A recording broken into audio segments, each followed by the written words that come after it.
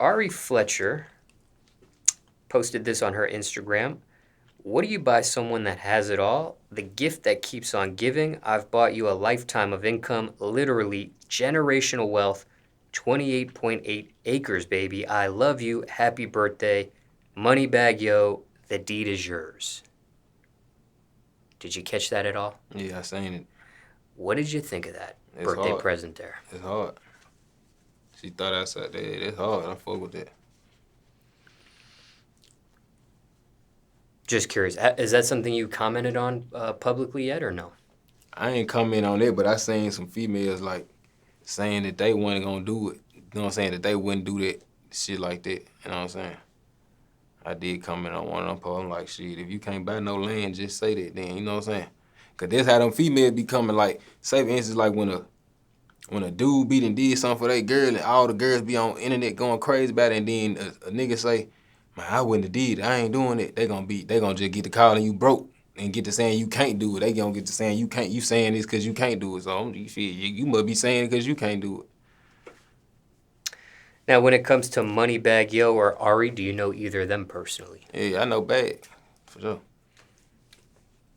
Remember the first time you met Bag? I met Bag before me or him was even, before, man, we was even in this shit. We was still in Memphis. Do you remember where? Do you remember how? I met him at the studio.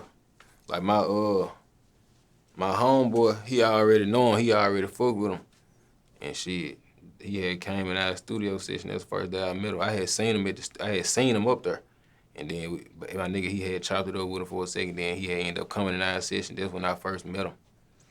Do you remember what stage in his career he was at that time? We ain't had no career. Oh. Like, that's what I'm saying. We were working on trying to get a career. We was going to the studio in Memphis. Not saying we was going to the studio together, but we were going to the same studio. Like, everybody, and this was before we even had, you know what I'm saying? We had certain rappers. Of course we had Yo Gotti. But Memphis ain't really had no rappers.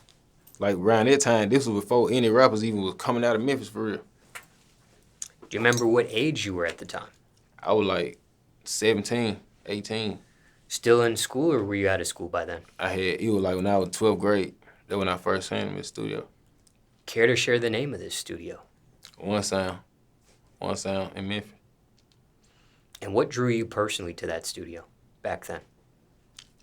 Like in Memphis, like again, we ain't had no rappers for real. We ain't really had no studios that did rap. And then it's like, I don't even remember how I found that studio, but I found it and I started going there and they knew how to do it, engineer my shit how I liked it. You know what I'm saying? It was cool environment and shit, so I just kept going there.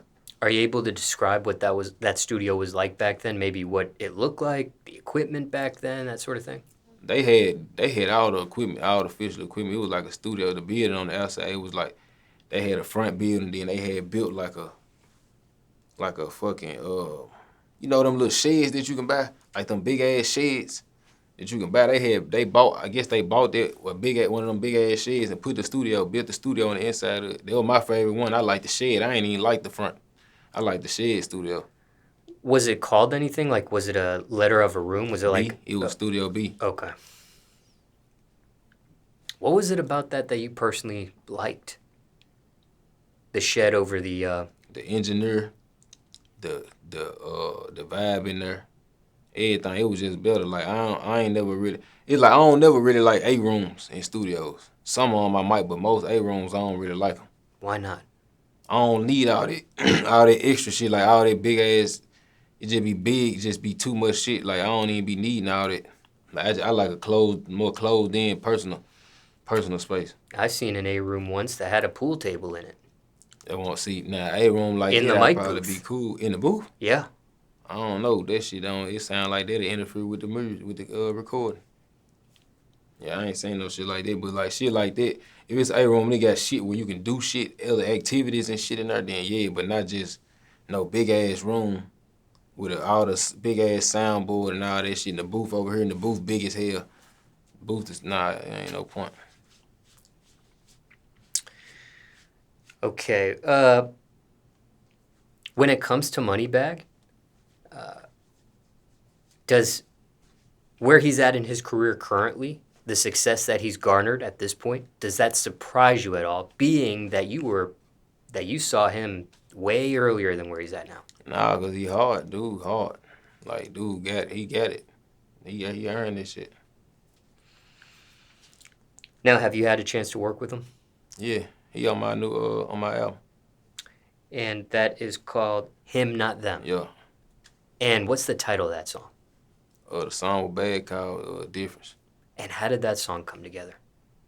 It was just I was like when I work on my albums, I do all the songs like myself. I do all my songs by myself, and then like if I want features, I might just start thinking like I'm gonna put somebody on this song, I sent Bag 2 songs. I sent him 2 songs that I potentially wanted on, and wanted him on, and he chose Difference. And that's how that came, bro. So that was more or less a collaboration where you traded sessions back and forth. It wasn't something that was recorded together we weren't live. in the same place. Like we could have did it in the same place, but it was time sensitive. We weren't in the same place. Like a lot of times, I just rather go ahead. You just do it wherever you at. You know what I'm saying? That way we can go and get it done.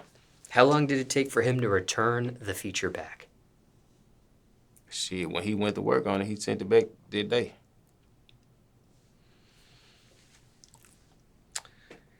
And